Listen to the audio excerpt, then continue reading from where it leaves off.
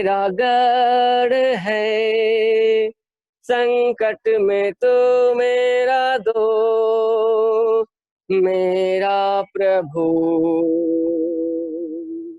आराधना करूं मैं पूरे दिल से, मैं तुझे ढूंढूंगा संपूर्ण जीवन में, तेरी सेवा करूंगा मेरी सारी चीजों से।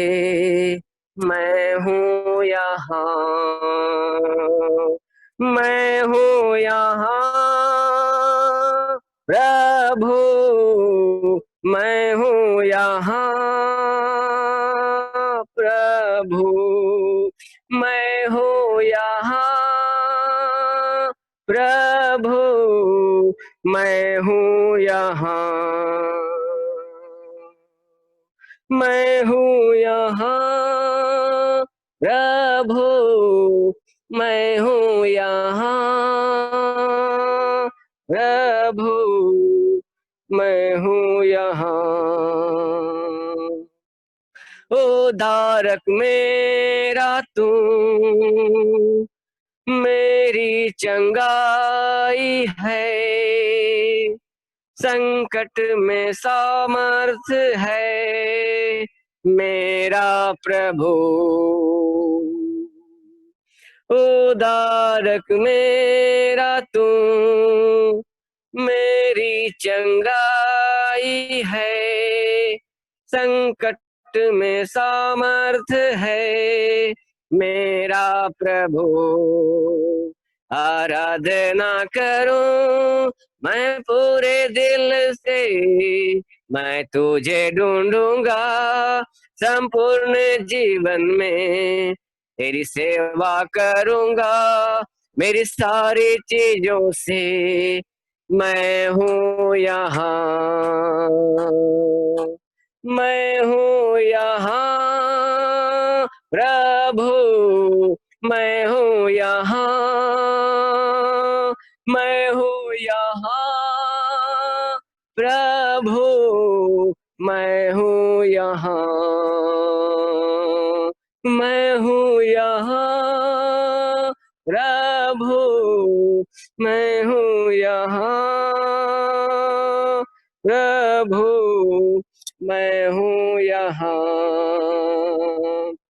तू मेरा चरवा है, संतान है मेरा, छुपने का स्थान है मेरा प्रभु। तू मेरा चरवाहा है, संतान है मेरा, छुपने का स्थान है मेरा प्रभु। आराधना करूं हालेलुया मैं पूरे दिल से, मैं तुझे ढूंढूंगा संपूर्ण जीवन में, तेरी सेवा करूंगा मेरी सारी चीजों से। मैं हूँ यहाँ, मैं हूँ यहाँ प्रभु, मैं हूँ यहाँ प्रभु, मैं हूँ यहाँ, मैं हूँ यहाँ प्रभु, मैं हूँ यहाँ, मैं हूँ यहाँ प्रभु, मैं हूँ यहाँ, मैं हूँ यहाँ प्रभु, मैं हूँ यहाँ।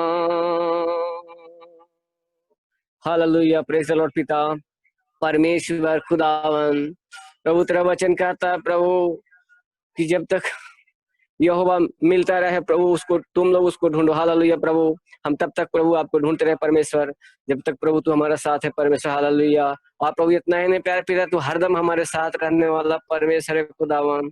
हम तेरी महिमा स्तुति करते हैं प्रभु जी। आज के जी समय प्रभु, इतना सुंदर समय जो हम सबके लिए प्रभु आपने दिया प्रभु, हम तेरा धन्यवाद करते परमेश्वर खुदावन। हालेलुया, प्रेज द लॉर्ड पिता। तू जगत का ज्योति है परमेश्वर प्रभु, हम धन्यवाद देते परमेश्वर। तू ही उद्धार करने वाला परमेश्वर है, तू ही क्षमा करने वाला पिता है प्रभु। हम धन्यवाद देते हैं प्रभु, महिमा करते हैं, स्तुति करते हैं परमेश्वर। ओ राजाओं का राजा, प्रभुओं का प्रभु, महान पिता, सर्वशक्तिमान यहोवा, हम तेरा धन्यवाद करते हैं प्रभु। Hallelujah, hallelujah, hallelujah, hallelujah, hallelujah, praise the Lord पिता। हम धन्यवाद देते हैं परमेश्वर खुदावन। एक हम लोग और गीत गाते हैं प्रभु की महिमा के लिए। हालेलुया, हालेलुया, धन्यवाद यीशु। सब लोग खुश हैं ब्रदर सिस्टर, प्रभु आप सबको महिमा आशीष करे। हालेलुया, धन्यवाद देते प्रभु यीशु, धन्यवाद धन्यवाद धन्यवाद। जितना देर हम लोग बैठते हैं प्रभु के सन्मुख, उतना देर प्रभु की ओर ही हमें रहना चाहिए, क्योंकि शरीर अगर यहाँ है तो मन भी हमारा वही होना चाहिए, है ना। क्योंकि जिसके हम वेदी के समय जिसके सन्मुख बैठे हुए हैं, हम उसी की स्तुति और उसी की आराधना, यानी कि एकाग्रचित होकर के हम परमेश्वर की ओर ही ध्यान करें। हालेलुया, उस क्रूस की ओर देखें। एक समय था कि क्रूस को लोग जानता नहीं था, क्रूस से लोग नफरत करता था, है ना। क्रूस से, क्योंकि क्रूस पर सजा दिया जाता था। रोमन साम्राज्य में क्रूस पर लोगों को सजा दिया जाता था, इसलिए उस क्रूस को, जिस प्रकार आज के दौर में कोई कब्रिस्तान में, कोई शमशान में अकेले नहीं जा सकता है, वहां पर आदमी जाके खाना नहीं खा सकता है, वहां पर टहल नहीं सकता है। हालेलुया। तो इस प्रकार आज वो क्रूस, जिस पर क्रूस पर लोगों को सजा दिया जाता था, मौत दिया जाता था, उस क्रूस को लोग घृणा करते थे, नफरत करते थे, है ना। Hallelujah, hallelujah, praise the lord Jesus. Thank you father, thank you Jesus, thank you Jesus, thank you father. Oh hallelujah, hallelujah, hallelujah, hallelujah, hallelujah, hallelujah. एक थोड़ा सा बोलो। हालेलुया, हालेलुया, हालेलुया, हालेलुया, धन्यवाद यीशु, धन्यवाद यीशु।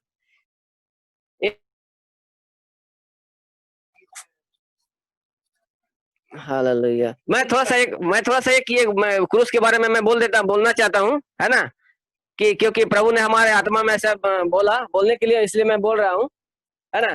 कि एक समय था कि क्रूस को लोग देखना नहीं पसंद नहीं करते थे, क्रूस से लोग नफरत करता था, उसको छूत छाप के समझता था, क्योंकि क्रूस पर सजा दिया जाता था, है ना। लेकिन जब हमारा यीशु 2020 साल पहले इस धरती पर, इस जगत में आया, और उस क्रूस को प्रभु ने उठाया, उस क्रूस पर प्रभु ने, उस सलीब पर प्रभु ने मौत को गले लगाया, अपने प्राण को उस पर दिया।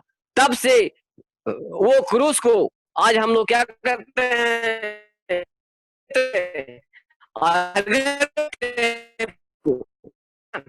ध्यान लगाते हैं, क्रूस की हम आराधना करते हैं, क्योंकि उस क्रूस पर हमारा उद्धार करने वाला परमेश्वर, जगत का ज्योति परमेश्वर, हमारे पापों के लिए जो बलि हुआ, अपने आप को जान को दे दिया, उस क्रूस को हम लोग बड़ी पवित्र से और मन से, श्रद्धा से, शक्ति से उसकी ओर हम लोग देखते हैं। हालेलुया। तो अबे हम लोग के बीच में सिस्टर हैं, अंजलि सिस्टर, वो आप लोग के बीच में प्रभु के दासी कुछ वचन को लेकर के, प्रभु के वचन को लेकर के हम लोग के बीच में रखेंगे, और उस वचन से हम लोग सीखें कि परमेश्वर हमसे क्या क्या बातचीत करता है, परमेश्वर हमें क्या सिखलाता है। हालेलुया। क्योंकि परमेश्वर का वचन हमें हर एक परिस्थितियों से छुड़ाने वाला, हर शांति देने वाला है। हालेलुया, धन्यवाद प्रभु। अंजलि सिस्टर,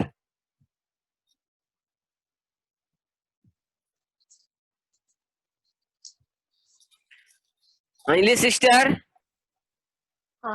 ओके, हाँ, परमेश्वर का धन्यवाद करते हैं। मेरी आवाज आ रही है ना ब्रदर? Yes yes. हाँ, परमेश्वर का धन्यवाद करते हैं कि परमेश्वर ने हम सभी के बीच एक बहुत ही सुंदर समय को रखा है, और ये परमेश्वर का बहुत सुंदर उपस्थिति था। भाई ने बहुत अच्छा से आराधना किए हैं, तो हम परमेश्वर का धन्यवाद करते हैं। हम परमेश्वर का धन्यवाद करते हैं कि परमेश्वर ने आज ये सुंदर दिन को दिया है, और एक एक दिन जब हमें मिलता है तो वो परमेश्वर की दया से हमें मिलती है। तो हर दिन हमें जो है परमेश्वर का धन्यवाद हमें करना चाहिए, क्योंकि हर दिन एक नया दिन होता है और एक दिन जो नया दिन होता है वो दिन पहले कभी नहीं आया था। तो हर उस नए दिन में परमेश्वर का जो दया होता है वो भी नया होता है। तो इसीलिए हमें परमेश्वर की हर सांस जो परमेश्वर हमें देते हैं, हर वो समय में जब परमेश्वर हमें संभालते हैं, तो हमें परमेश्वर को धन्यवाद करना है। तो आइए हम परमेश्वर का धन्यवाद करते हुए एक छोटी सी प्रार्थना करते हुए हम वचन में जाएंगे। हम मिलकर अपने मन को परमेश्वर की ओर उठाएंगे। धन्यवाद, धन्यवाद, धन्यवाद पिता परमेश्वर। आप महान परमेश्वर पिता, आप पवित्र परमेश्वर पिता, आपका धन्यवाद करते हैं। आप ही है परमेश्वर जो स्तुति और आराधना के योग्य परमेश्वर है पिता। पिता परमेश्वर, आज के दिन के लिए आपका धन्यवाद करते हैं। पिता परमेश्वर, आज हमारे बीच जुड़ने वाले प्रभु जी हर एक भाइयों और बहनों को, उनके परिवारों को, उनके घरों को सब कुछ आपने संभाला है पिता परमेश्वर। अपने पंखों तले हर एक को सुरक्षित रखे है पिता परमेश्वर। हर बात के लिए आपका धन्यवाद देते हैं पिता परमेश्वर। हमारे जीवन में देने वाले हर वो आशीषों के लिए हम आपका धन्यवाद करते हैं पिता परमेश्वर। हर वो पल के लिए जब आप हमें अपने सांसों को भेजते हो पिता परमेश्वर, कि आज हम जीवित है पिता परमेश्वर और हम आपकी आराधना करते हैं। हम आपको जानते हैं, अपने वचनों को, आपके पवित्र वचनों से आपको जानने की कोशिश करते हैं प्रभु जी।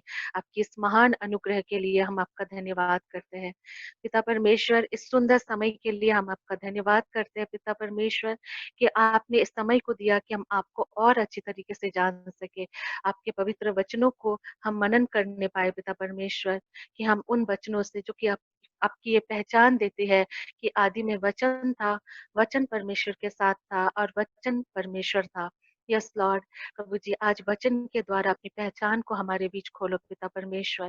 पिता परमेश्वर, आज हमारे हृदयों को खोलो पिता परमेश्वर, कि जो भी वचन से आज आप हमसे बात करना चाहते हो, हमारे हृदय और मन को खोलो पिता परमेश्वर, कि हमारे पत्थर दिल को पिता परमेश्वर आपका वचन तोड़ने पाए पिता परमेश्वर। हमारे स्वभावों को तोड़ने पाए पिता परमेश्वर और आपके लिए हमें तैयार करने पाए। हर वो बीज जो आज आप हमारे हृदय में डालते हो पिता परमेश्वर, प्रभु जी आने वाले समय में वो आपके राज्य के लिए वृद्धि करने पाए पिता परमेश्वर। हम धन्यवाद देते हैं प्रभु। हम सभी को प्रभु जी आपके हाथों में सौंपते हैं। हमारी आत्मिक कानों को, हमारी आत्मिक आंखों को, हमारी आत्मिक समझ और बुद्धि को आप खोल देना मेरे प्यारे पिता परमेश्वर। हमें बुद्धि देना पिता परमेश्वर, कि हम जो भी बातें आप हमें दिखाते हो प्रभु जी, आपके अनुग्रह से बोलने पाए। सुनने वाले को पर अनुग्रह करना पिता परमेश्वर, कि आपके वचन को प्रभु हम ग्रहण करने पाए प्रभु जी, और उस अनुसार चलने पाए और फल लाने पाए परमेश्वर पिता। धन्यवाद देते प्रभु। महिमा, आदर, गौरव, प्रशंसा आप ही को समर्पित करते हुए आज का वचन प्रभु यीशु के नाम में मांगती हूँ। इस प्रार्थना को प्रभु यीशु के नाम में मांगती हूँ। आप सुनो और स्वर्ग राज्य में दया और प्रेम से ग्रहण करो। आमीन, आमीन। परमेश्वर की महिमा हो। आज का वचन में हम जाएंगे। आज के वचन में हम ये सीखेंगे कि अनंत जीवन हमें कैसे मिलेगा।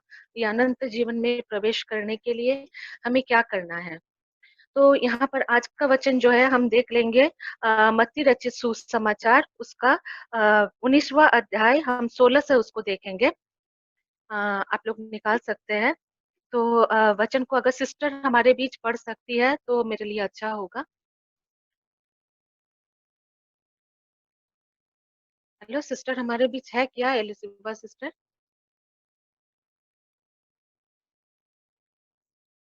ओके, कोई बात नहीं, मैं पढ़ लेती हूँ। यहाँ पर कहा गया है एक, ओके कोई बात नहीं। यहाँ पर कहा गया है वचन में कि धनी युवक और अनंत जीवन के बारे में। तो हम उस पर मनन करेंगे कि धनी युवक और अनंत जीवन हमें कैसे मिलेगा और अनंत जीवन आखिर है क्या। तो यहाँ पर कहा गया है एक कहानी को, एक जो आदमी है धनी युवक, वो परमेश्वर से, प्रभु यीशु से अपने प्रश्नों को लेकर आए हैं कि हमें अनंत जीवन कैसे मिलेगा। तो आज हमारे बीच हमने अनंत जीवन के मार्ग को जान लिया है, फिर भी कई सारी बातों को आज हमें जानना रह गया है, कि हमें जानना बहुत जरूरी है। और कई सारे लोग जो हमारे बीच हो सकते हैं है, तो हम उस पर आज देखेंगे कि अनंत जीवन के लिए हमें क्या करना है। तो यहाँ पर एक कहा गया, एक मनुष्य यीशु के पास आया और उससे कहा, हे गुरु, कौन मैं कौन सा भला काम करूं कि अनंत जीवन पाऊं। उसने उससे कहा, तू मुझसे भलाई के विषय में क्यों पूछता है? भला तो एक ही है, पर यदि तू जीव करना चाहता है तो आज्ञाओं को माना कर। उसने उससे कहा, कौन सी आज्ञाएं? यहाँ पर एक मनुष्य आकर पूछते हैं यीशु।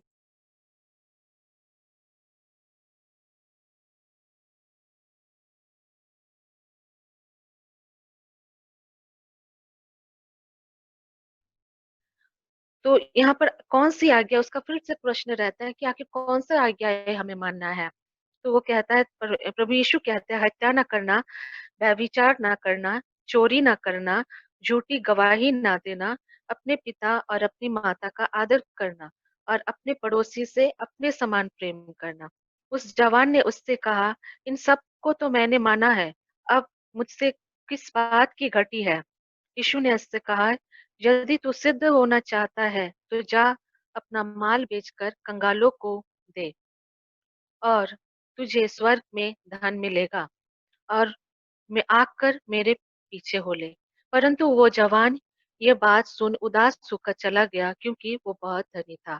अच्छा, यहाँ पर जो कहा गया है उसे प्रभु यीशु कहते हैं कि आज्ञाओं को मानना। लेकिन वो कहता है, मैंने तो इन आज्ञाओं को माना है, हत्या नहीं किया है, मैंने व्यभिचार नहीं किया है, मैंने झूठी गवाही कभी नहीं दिया है, अपने माता पिता का मैंने आदर किया है और अपने पड़ोसी से मैंने प्रेम किया है। मैंने इन सारी आज्ञाओं को पूरा किया है, तो फिर अनंत जीवन में प्रवेश करने के लिए मेरे लिए कौन-सी चीज़ की घटी रह गई है? यहाँ पर तब प्रभु यीशु बोलते हैं कि तुम्हारा जो धन है, तुम जो इतना धनी हो, वो इंसान जो है बहुत धनी था, जहाँ की यहाँ पर बताया गया कि वो धनी युवक था। तुम अपने धन को बेचकर कंगालों में बाँट दो और तुम सबको छोड़कर मेरे पीछे आ जाओ। लेकिन वो ये बात सुनकर बहुत ही उदास हो जाता है। तो यहाँ इस बात को हमें देखने को मिलता है कि परमेश्वर हमें सबसे, ये बाइबल के अंदर सबसे 2 आज्ञाएँ सबसे मेन आज्ञाएँ हैं और उसी के अंदर पूरे बाइबल को रखा गया है। परमेश्वर को उसी के अंदर अनंत जीवन को समाया हुआ है, उसी 2 आज्ञाओं के अंदर। और वो जो 2 आज्ञाएँ हैं, पहली आज्ञा है तू अपने परमेश्वर से अपने सारे मन, अपने सारे प्राण, अपनी सारी बुद्धि और अपनी सारी शक्ति से प्रेम करना। और दूसरा आज्ञा जो है, तू अपने पड़ोसी से अपने समान प्रेम करना। तो उसको यहाँ पर हम क्या देखते हैं कि जब उससे धन को छोड़ने के लिए कहा गया और यीशु ने कहा कि तू मेरे पीछे हो ले, तो उसने कौन-सा मार्ग को चुना? उसने धन के मार्ग को चुन लिया। उसने परमेश्वर के रास्ता को छोड़ दिया। उसने परमेश्वर के प्रेम को नहीं पहचाना और वो जो पहला आज्ञा है उससे वो चूक गया कि तू मुझे अपने सारे मन, प्राण, बुद्धि और शक्ति से प्रेम करना।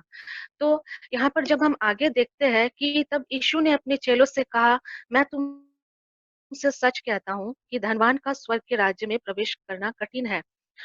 यहाँ पर हम देखते हैं कि परमेश्वर से प्रेम करने के लिए वहाँ पर सबसे पहला बात जो कहा गया, पूरे मन से प्रेम करना है हमें।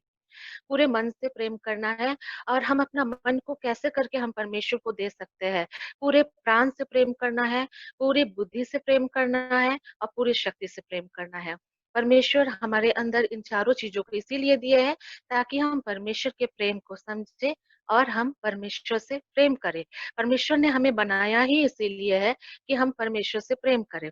लेकिन हमें इस दुनिया के अंदर रखा गया है, हमें इस दुनिया की चीज़ों की ज़रूरत पड़ती है और ज़रूरत है, परमेश्वर जानते हैं, परमेश्वर हमारे शरीर को बनाए हैं, तो शरीर की जो ज़रूरतें हैं, हमें परमेश्वर जानते हैं कि हमें उसकी पूर्ति की ज़रूरत होगी, तो परमेश्वर उसकी पूर्ति की सारी व्यवस्था को करके रखे हैं। लेकिन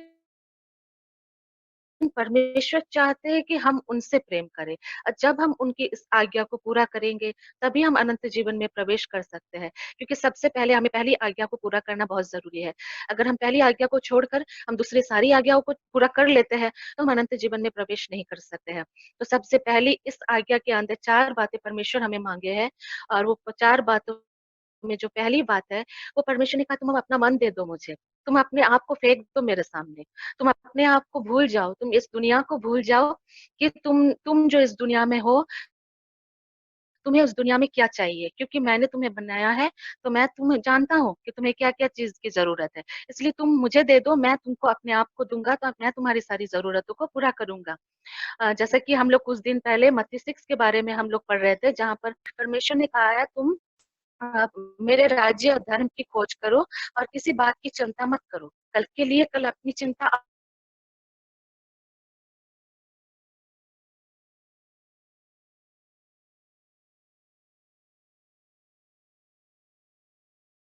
परमेश्वर हमसे कुछ नहीं चाहते हैं। परमेश्वर स्वर्ग में रहते हैं और हमें स्वर्ग ही जाना है। तो स्वर्ग जाने के लिए हमें परमेश्वर की जो व्यवस्था है, परमेश्वर का जो रूल है, उस अनुसार खुद को बनाना है, खुद को समर्पित करना है। तो सबसे पहला जो है वो मन है, अपने हृदय को परमेश्वर को देना है, अपने हृदय को परमेश्वर की इच्छाओं में खुद को समर्पित करना है। अपने प्राण दूसरा बात परमेश्वर ने हमसे माँगे है, अपने प्राण को देना है। ये जो प्राण है, ये प्राण हमें परमेश्वर से दूर करने में सबसे माहिर है। क्योंकि ये जो प्राण की बातें हैं, ये सारा हमारी शारीरिक और सांसारिक अभिलाषाओं से जुड़ी हुई होती है। और हम जो है, हम मनुष्य, हम इतना जो देखी हुई चीज़ों पर हम विश्वास कर लेते हैं और अंधविश्वास की तरह हम देखी हुई चीज़ों पर विश्वास करते हैं, लेकिन हमारा जो विश्वास परमेश्वर पर एक अंधी आँखों की तरह हम विश्वास नहीं कर पाते हैं। जबकि परमेश्वर को हम खुद महसूस करते हैं, हम जानते हैं कि परमेश्वर एक आत्मा है और वो हम अपनी आत्मा को हमारे अंदर दिए है, जो कि बहुत ही कीमती है, जो अपना सबसे प्रिय चीज़ परमेश्वर हमारे अंदर दिए है और हम उस चीज़ को नहीं खोजने जाते हैं और हम खुद को प्राण की इच्छा को पूरे करने में दिन-रात परिश्रम करते रहते हैं और उसके लिए हम और क्या कर सकते हैं, क्या नहीं कर सकते, इस खोज में हम रात-दिन रहते हैं कि हम अपनी प्राणिक इच्छाओं को कैसे पूरा करें। तो परमेश्वर बोलते हैं, तुम उस ओर से अपनी प्राण को छोड़कर मेरी ओर अपनी इच्छाओं को लगाओ। मेरे मेरे प्रति तुम आओ। तुम अपने प्राण को इनकार करके, प्राण की इच्छाओं पे इनकार करके तुम मेरे पास आओ। तीसरा परमेश्वर बोलते हैं, पूरी बुद्धि से हम परमेश्वर को खोजें। परमेश्वर हमें बुद्धि दिए है, एक मनुष्य को ज्ञान दिया है, बुद्धि दिया ताकि हम ज्ञान से, बुद्धि से हम जाने, हम जाँचे, हम खोजें आखिर परमेश्वर है कौन? और परमेश्वर होने के लिए क्या होना चाहिए? अगर परमेश्वर होंगे तो वो सिद्ध होंगे और वो ऐसा सिद्ध होंगे कि हमें वो कैरेक्टर, एक परमेश्वर के अंदर वो कैरेक्टर होना चाहिए जो परमेश्वर कहलाए, जिसके अंदर परमेश्वरत्व का गुण होना चाहिए। तभी हम परमेश्वर को समर्पित हो सकते हैं। तो वो परमेश्वर जो है खुद के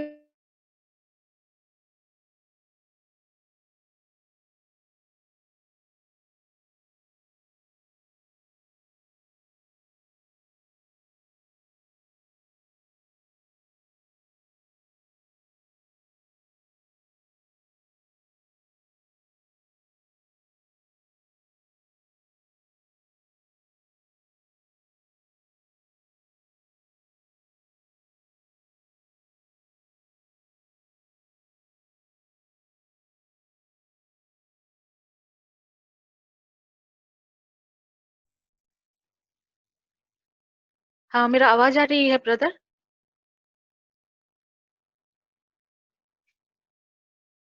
हेलो, मेरा आवाज़ आ रही है brother?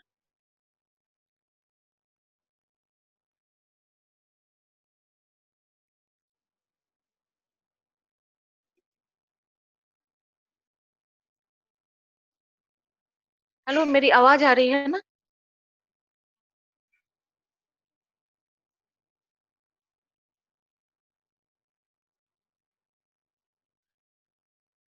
Okay, okay, thank you. हाँ, तो यहाँ पर परमेश्वर बताया है कि उसके बाद जब हम जाते, लेकिन ये जो धनी मनुष्य है, इसका मन इतना उदास हो गया जब उससे धन छोड़ने के लिए माँगा गया, क्योंकि वो धन से बहुत प्यार करता था। वो परमेश्वर से प्यार नहीं करता था, वो धन से प्यार करता था। लेकिन परमेश्वर की आज्ञा ये है कि तुम मुझसे प्रेम करो पहले। उसके बाद जब हम देखते हैं, तब यीशु ने अपने चेलों से कहा, मैं तुमसे सच कहता हूँ कि धनवान का स्वर्ग के राज्य में प्रवेश करना कठिन है। तुमसे फिर कहता हूँ, परमेश्वर के राज्य में धन के प्रवेश करने से ऊँट के सुई के नाके से निकल जाना सहज है। सबसे पहले तो मैं यहाँ बताना चाहूँगी कि जो धनी मनुष्य होता है, उसके स्वर्ग के राज्य में उसका नाम ही नहीं होता है। क्योंकि अगर हम बाइबल में देखेंगे, तो पूरा बाइबल में आप जहाँ भी पढ़िएगा कि धनी मनुष्य का कहीं पर नाम नहीं लिखा हुआ है। वो धनी मनुष्य या धनी युवक ऐसा करके ही नाम लिखा हुआ है। तो जो हमें इससे हमें ये पता चलता है कि एक धनवान का जो धन से प्रेम करते हैं, उसका परमेश्वर के राज्य में कोई जगह नहीं होता है। तो वो पहले से ही वचन में उसके हेडिंग के द्वारा बता दिया जाता है कि उसका वहाँ पर परमेश्वर के राज्य में रिजेक्ट होता है। तो यहाँ पर ये बताया गया है कि आखिर आज हमें खुद को जाँचना है कि हम परमेश्वर से कितना प्यार करते हैं। क्या हम उस अनंत जीवन के लिए दौड़ रहे हैं या आज भी हमारा मन कहीं दूसरी जगह में लगा हुआ है? हम अपने मन को कहाँ पर दे के रखे हैं? हमारा हृदय कहाँ पर है? आज हमें खुद को ये जाँचना है। क्या क्योंकि यहाँ पर तो धन के बारे में बताया गया है, धन एक उदाहरण के तौर पर मैं यहाँ पर ले रही हूँ कि धन तो है, धन एक कागज़ हो सकता है, धन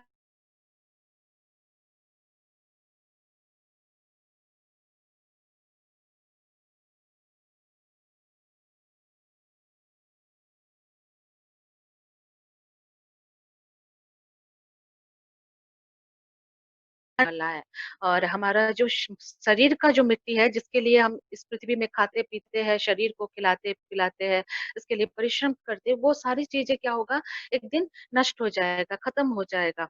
तो ये हमें अनंत जीवन नहीं दे सकते हैं, ये प्राण की बातें हमें अनंत जीवन नहीं दे सकता है। तो यहाँ पर जो सारी वो चीज़ जो नाशवान है, जैसे कि कई लोग क्या होता है ना अपनी सुंदरता के लिए वो बहुत कुछ करते हैं कि दूसरों को दिखाने के लिए कि मैं और सुंदर बनूँ, उसके पीछे बहुत खर्चे करते हैं, उसके पीछे बहुत परिश्रम करते हैं। कई लोग क्या होता है खाने-पीने के लिए रात-दिन परिश्रम करते रहते हैं, अच्छे-अच्छे खाने बनाते हैं, कि क्या होता है उस उन चीज़ों के प्रति ही अपने लाइफ़ को समर्पित कर देते हैं। अपना सारा समय, अपना सारा परिश्रम, अपने सारे पैसे पूरे उन्हीं चीज़ों के पीछे खर्चे करते हैं और वो सोचते हैं कि मेरा जीवन यही है और मैं ही यही सब करते-करते मेरा प्राण खत्म हो जाएगा तो मैं स्वर्ग में चला जाऊँगा। लेकिन स्वर्ग का जाने का रास्ता ये नहीं है, स्वर्ग जाने का रास्ता और अनंत जीवन पाने का रास्ता हम आगे देखेंगे कि क्या है। लेकिन धन नहीं है और ये सारी वस्तुएँ नहीं है। तो हमें ये देखना है खुद का आखिर मेरा मन कहाँ पर लगा हुआ है। ये तो मेरे मन की बात परमेश्वर बोल रहे हैं कि मन को हम कहाँ पर लगा के रखे हैं। मन को हम क्या धन कमाने में लगा के रखे हैं? क्या अपने आप को सँवारने में ही सारा दिन लगा के रखे हैं? या फिर हम खाने में लगा के रखे हैं, नींद में लगा के रखे हैं या कुछ ऐसा चीज़ जो परमेश्वर को पसंद नहीं है, उन चीज़ों में खुद को समर्पित करके रखे हैं? कहाँ अपने मन को रखे हैं? हमें खुद को जाँचना ज़रूरी है। ये ऐसा नहीं है कि हम परमेश्वर में आ गए हैं और हम विश्वास करते हैं, तो इसका मतलब ये नहीं है कि हमारा अनंत जीवन हमें अभी मिल चुका है। आज भी हमारे अंदर बहुत सारी गलतियाँ हैं। आज भी हमारे अंदर हम बहुत सारी चीज़ों में अपने मन को लगा के रखे हैं, जो हमें दिखता नहीं है और ये इसी कारण होता है क्योंकि हम परमेश्वर के पास प्रार्थना नहीं करते उस चीज़ के लिए, कि परमेश्वर आखिर मैंने अपने मन को कहाँ पर रखा है? मेरे हृदय को आप दिखाओ, कि आखिर मेरा हृदय आपसे कितना दूर है? क्या मैं आपसे प्रेम कर पाती हूँ? क्योंकि पर यूहन्ना 14 में अगर हम देखेंगे तो सॉरी 15 में वहाँ पर परमेश्वर बोले हैं कि जैसा मैं तुमसे प्रेम करता हूँ, वैसा तुम भी मुझसे प्रेम करो। और तुम मुझसे तभी प्रेम कर पाओगे जब तुम मेरी आज्ञाओं को मानोगे। तो यहाँ पर सबसे बड़ी बात जो है वो आज्ञाओं को मानने के लिए कहा गया है। तो कोई भी वस्तु हमें स्वर्ग नहीं लेके जा सकता है। कोई भी वस्तु हमें स्वर्ग नहीं लेके जा सकता है। मैं फिर से कह रही हूँ, अगर वस्तु के प्रति हमारा मन लगा हुआ है, अगर सोने-चांदी के प्रति प्यार है, सोने के गहने पहने या बहुत कोई का ऐसा होता है कि 1-2 चीज़ के प्रति बहुत लगाव होता है और वो उस टाइम भूल जाते हैं परमेश्वर की आज्ञाओं को, कि परमेश्वर हमसे क्या बोले हैं। तो उसमें बह कर चले जाते हैं और इस तरह से क्या करते हैं ना, कई लोग परमेश्वर को छोड़ देते हैं। तो इसी के लिए हम ये कहना चाहेंगे कि कोई भी वस्तु हमें स्वर्ग के राज्य में नहीं लेके जा सकते, हमें परमेश्वर के प्रेम से पूरी तरीके से अलग कर देते हैं। और इसीलिए यहाँ पर कहा गया अगर हम इन चीज़ों में मन को लगा कर रखे हैं, अगर हमारा मन इन चीज़ों में है लगाया हुआ, तो क्या है परमेश्वर यहाँ पर बोल रहे हैं कि ऊँट का जो सुई का जो छेद होता है, उसका ऊँट के सुई के छेद से निकल जाना बहुत ही आसान होगा, लेकिन उससे कई गुना कठिन हमारा स्वर्ग जाना होगा।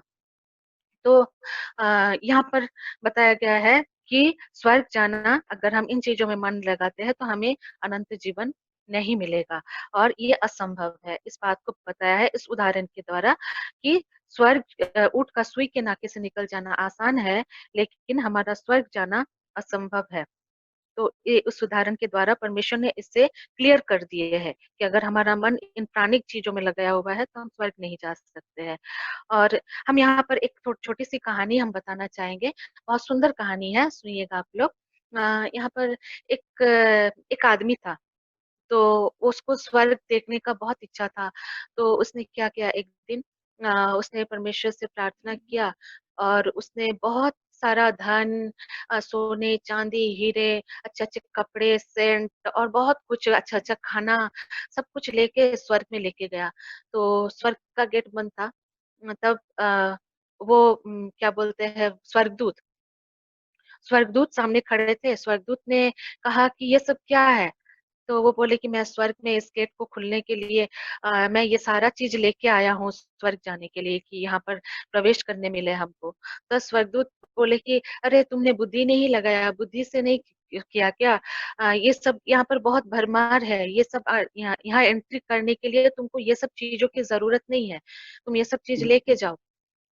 तो उस आदमी ने पूछा तो फिर यहाँ इस गेट के अंदर प्रवेश करने के लिए, स्वर्ग में प्रवेश करने के लिए हमें क्या मिलेगा? कौन-सा क्या चाहिए यहाँ पर आने के लिए? तो स्वर्गदूत ने उससे कहा कि एक बूँद आँसू ही काफ़ी है।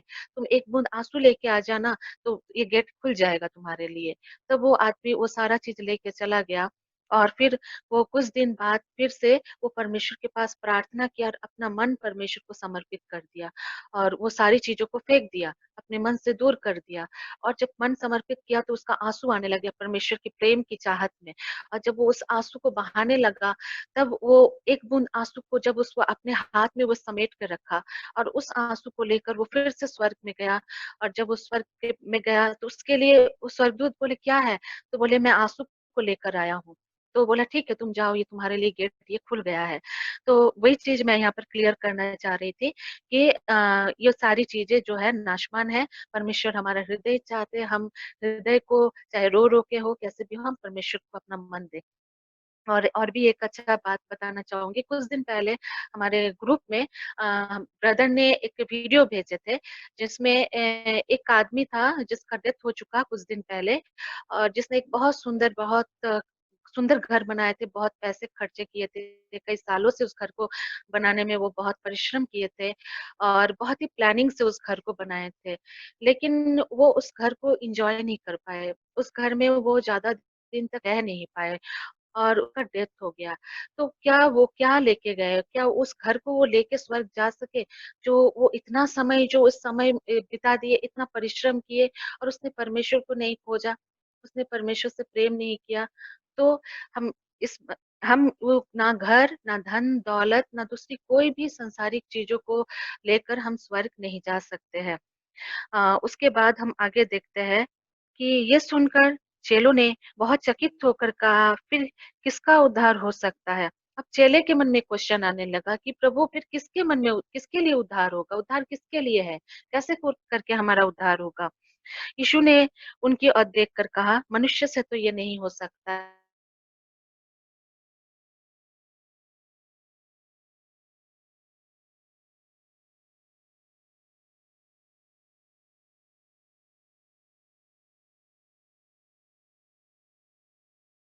खुद भी कितना मूर्खता का काम करता है, जो ऐसा सोचता है, कितना मूर्खता का हम काम करते हैं। क्योंकि हम एक हाथ से भलाई करते हैं और एक हाथ से बुराई करते हैं।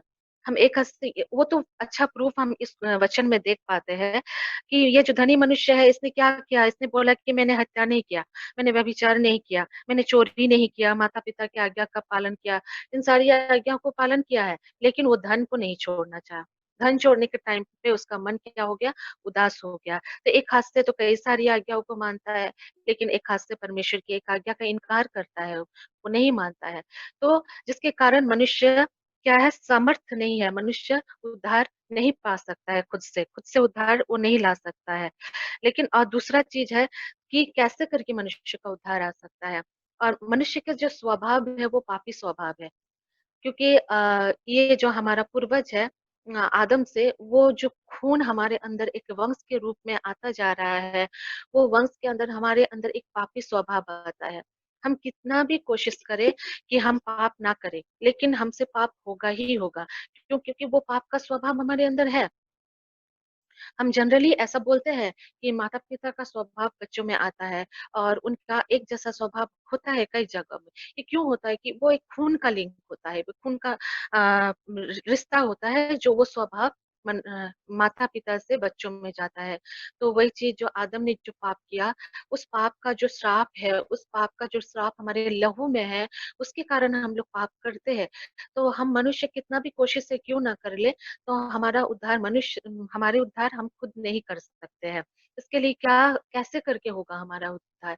इसके लिए परमेश्वर ने हमसे इतना प्रेम किया है कि परमेश्वर अपना इकलौता पुत्र को दे दिया है। जब यूहन्ना 3:16 को हम पढ़ते हैं, तो वहाँ पर लिखा हुआ है कि परमेश्वर ने जगत से इतना प्रेम किया कि अपना इकलौता पुत्र दे दिया। आज जो कोई भी उन पर विश्वास करेंगे, चाहे वो कहीं से भी हो, कोई भी हो, जो कोई भी वो उस पर विश्वास करेंगे, वो नष्ट नहीं होने देते हैं। तो वो विश्वास हम कैसे करके लाएँ? आज वो आँसू को हम कैसे करके उस परमेश्वर के पास लेके जाएँ कि हम परमेश्वर से प्रेम करें और उस प्रेम को ग्रहण कर लें जो परमेश्वर ने हमें दिया है, जिसके द्वारा हमारा उद्धार हो सकता है। तो परमेश्वर ने जो अपने इकलौते बेटे प्रभु यीशु मसीह को दिए हैं और उनका जो लहू है, वो पवित्र है। क्योंकि हम जानते हैं कि माता मरियम के गर्भ में उनको परमेश्वर की ओर से दिया गया है और कोई ह्यूमन प्रैक्टिस से उनका जन्म नहीं हुआ था, कोई खून का प्रवेश उनके शरीर में नहीं हुआ था, जिसका कारण उनका लहू जो है, वो नया लहू है और वो पवित्र है और उसमें उन्होंने जब इस संसार में जीवन को जिए, तो उनके अंदर जो परमेश्वर की आत्मा था, उसे उन्होंने नष्ट नहीं होने दिया पाप में। उन्होंने मनुष्य होकर एक पवित्र जीवन जिया और परमेश्वर उनके हृदय जो उनकी आत्मा परमेश्वर का मंदिर है, उन्होंने उसे बहुत ही सुरक्षित रूप से रखे और एक पवित्र और निर्दोष जीवन जिए। जिसके कारण क्या है कि उनका लहू जन्म से लेकर उनकी मृत्यु तक पवित्र था और यही परमेश्वर की योजना था कि जब हम उन पर विश्वास करके अपने पापों का बोझ उन पर डालेंगे, उस क्रूस पर जो उन्होंने हमारे पापों का बोझ उठाया है, जो आप सब विश्वास करके हम सब विश्वास करके उनके पास आए हैं और वो पवित्र लहू जब हम पर आएगा विश्वास के साथ, तब हम रोना शुरू करते हैं, तब हम पश्चाताप शुरू कर देता है और वो आँसू जो हम अपने हृदय को समर्पित करके परमेश्वर के चरणों में उस आँसू को जो बहाते हैं, वो आँसू हमें स्वर्ग में लेके जा सकता है। तो ये एक रास्ता है जो परमेश्वर के द्वारा संभव है और ये परमेश्वर का अनुग्रह है हमारे ऊपर। ये परमेश्वर के अनुग्रह से ही हो सकता है। मनुष्य मनुष्य अ, अन वचन में लिखा हुआ है अनुग्रह ही से हमारा उद्धार हो सकता है। हम अपनी शक्ति से उद्धार नहीं पा सकते हैं। तो ये चीज़ बहुत सुंदर है कि उस आँसू को जो वो आदमी ने बाद में लेके गया, स्वर्गदूत ने उनके लिए स्वर्ग का द्वार खोल दिया। तो सच में ये परमेश्वर हमारे बहुत बड़ा अनुग्रह का गिफ्ट दिया है। क्योंकि जब हम विश्वास करते हैं प्रभु यीशु मसीह पर और अपना पाप का बोझ जब हम देते हैं, तो अद्भुत अनुग्रह हम पर उतरता है, अद्भुत सामर्थ्य हम पर उतरता है कि हम बोलते हैं हम ना चाहकर भी हम रोते हैं, ऐसा क्यों होता है?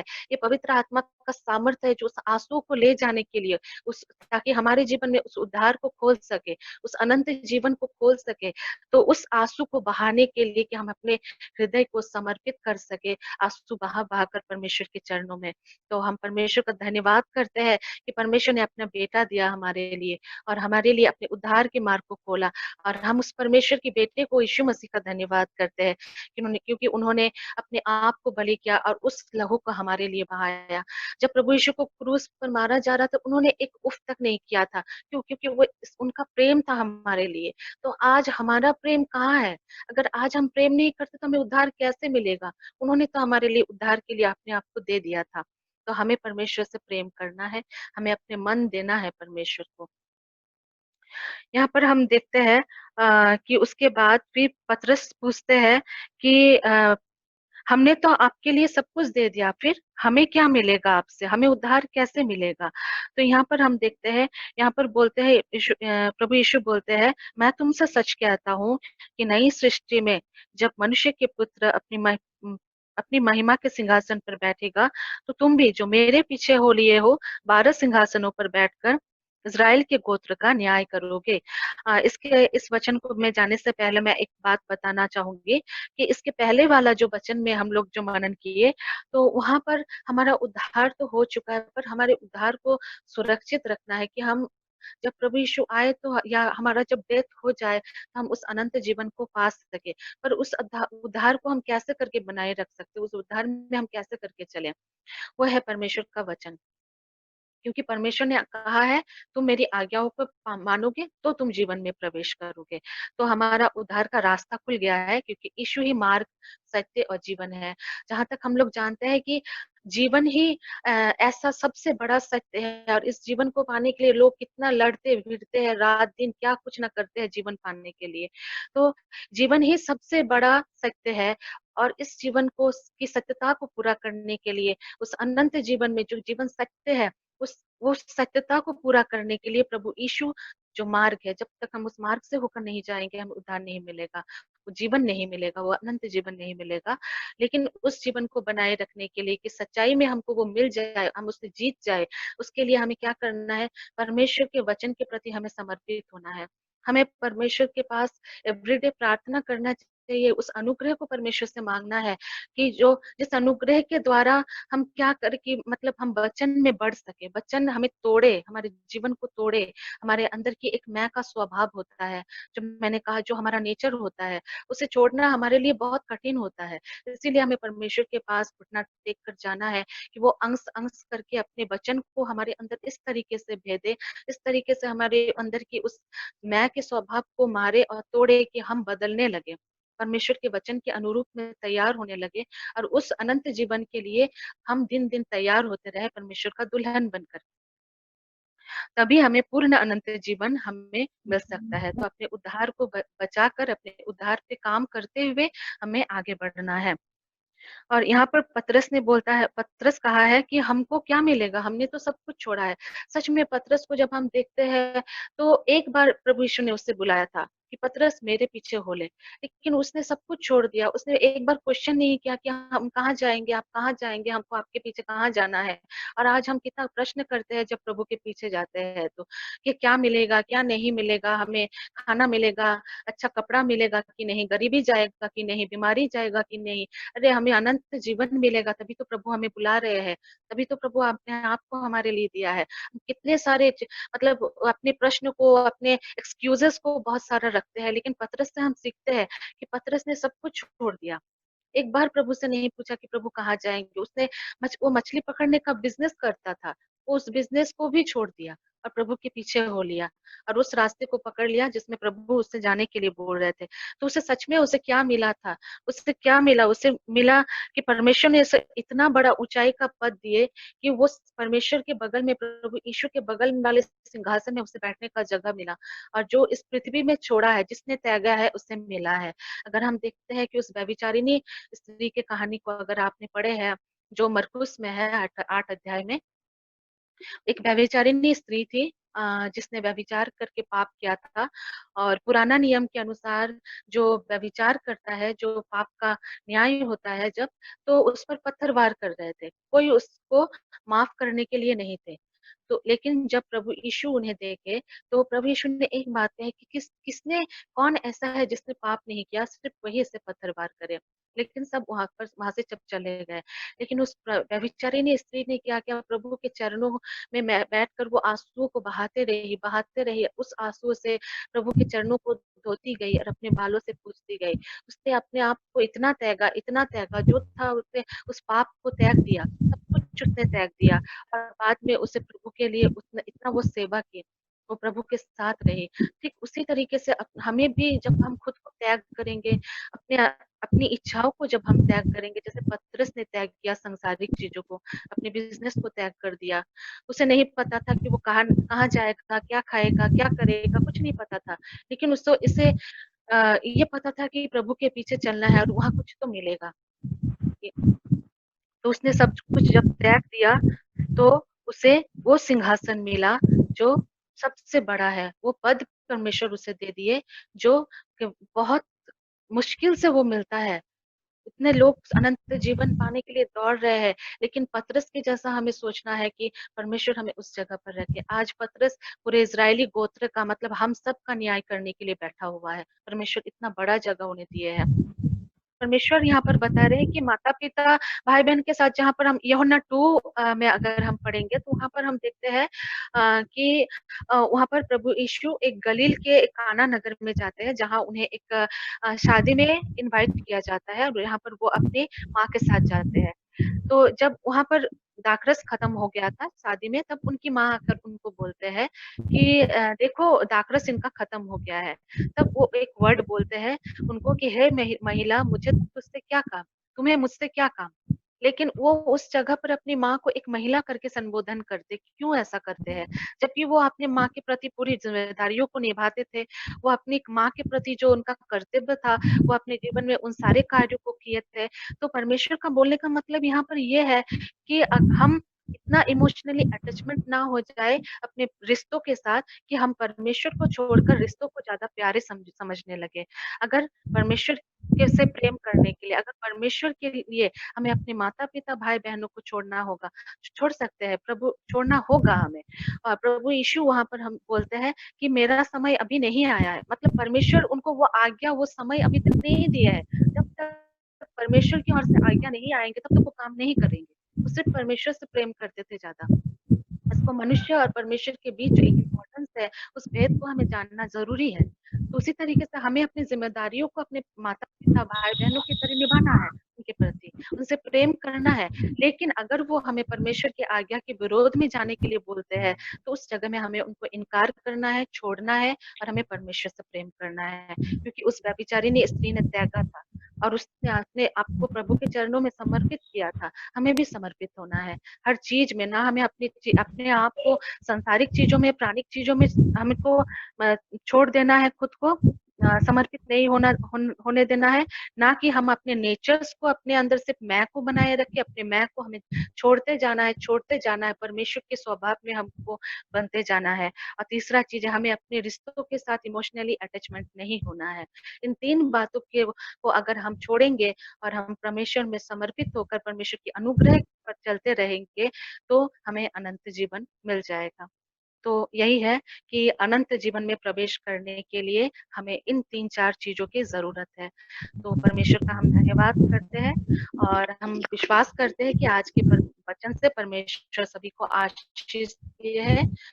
का अनुग्रह इस को हरे पाए और वचन से परमेश्वर जो हमें जीवन देते हैं, तो इस हरे के